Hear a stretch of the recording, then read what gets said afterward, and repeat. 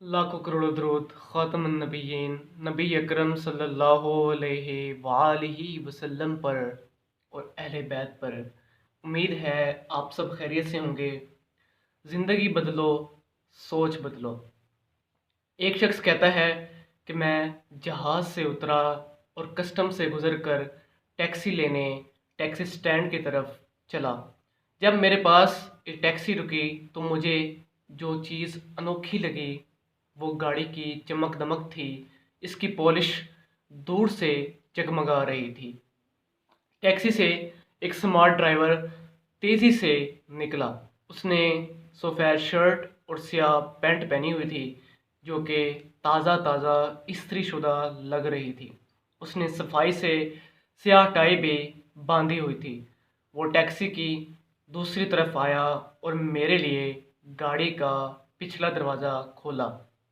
उसने एक खूबसूरत कार्ड मेरे हाथों में थमाया और कहा कि सर, जब तक मैं आपका सामान डिग्गी में रखूं, आप मेरा मिशन स्टेटमेंट पढ़ लें। मैंने आंखें मैच लीं। ये क्या है? मेरा नाम साईं है, आपका ड्राइवर। मेरा मिशन है कि मुसाफिरों को सबसे मुख्तसर, महफूज और सस्ते रास्ते से उनकी मंजिल तक पहुंचाऊं और इनको मुनासिब माहौल फराहम करूं। मेरा दिमाग भग से उड़ गया। मैंने आस-पास देखा तो टैक्सी का अंदर भी उतना ही साफ था जितना कि वो बाहर से जगमगा रही थी। इस दौरान वो स्टीयरिंग संभाल चुका था। सर, आप कॉफ़ी या चाय पीना पसंद करेंगे? आपके साथ ही दो थर्मास पड़े हैं जिनमें चाय और कॉफ़ी मौजूद है। मैंने मजाक में कहा कि नहीं नहीं, मैं तो कोल्ड ड्रिंक पीऊँगा। वो बोला कि सर, कोई मसला नहीं, मेरे पास आगे कूलर पड़ा हुआ है, इसमें कोक, लस्सी, पानी और ऑरेंज जूस है, आप क्या लेना चाहेंगे? तो मैंने लस्सी का मुतालबा किया और उसने आगे से डब्बा पकड़ा दिया। मैंने अभी इसे मुंह भी नहीं लगाया था, उसने कहा कि सर, अगर आप कुछ पढ़ना चाहें तो मेरे पास उर्दू और अंग्रेज़ी के अखबार मौजूद हैं। अगले सिग्नल पर गाड़ी रुकी तो साईं ने एक और कार्ड मुझे पकड़ा दिया। इसमें वो तमाम एफएम स्टेशन हैं जो मेरी गाड़ी के रेडियो पर लग सकते हैं। इसके अलावा वो तमाम एल्बम भी हैं जिनकी सीडी मेरे पास है। अगर आपको मौसीकी से शौक़ है तो मैं लगा सकता हूँ। और जैसे ये सब कुछ काफ़ी नहीं था, उसने कहा कि सर, मैंने एयर कंडीशन लगा दी है, बताइएगा कि टेम्परेचर ज़्यादा या कम हो तो आपकी मर्ज़ी के मुताबिक कर दूंगा। इसके साथ ही उसने रास्ते के बारे में बता दिया कि इस वक्त किस रास्ते पर से वो गुज़रने का इरादा रखता है, किस वक्त वहाँ रश नहीं होता।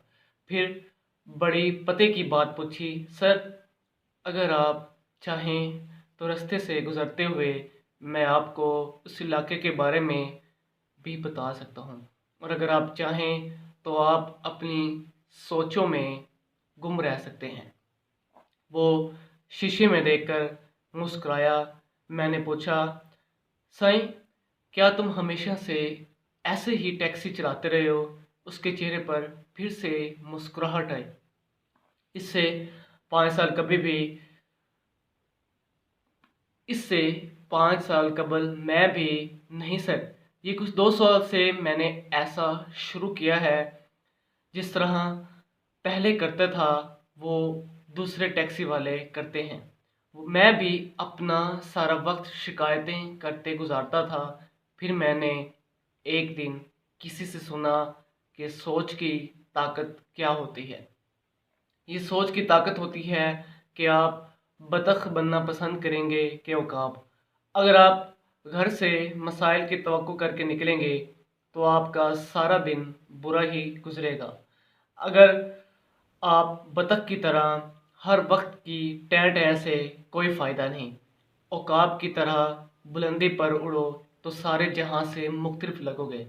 ये बात मेरे दिमाग को تیر کی طرح لگی اور اس نے میری زندگی بدل دی۔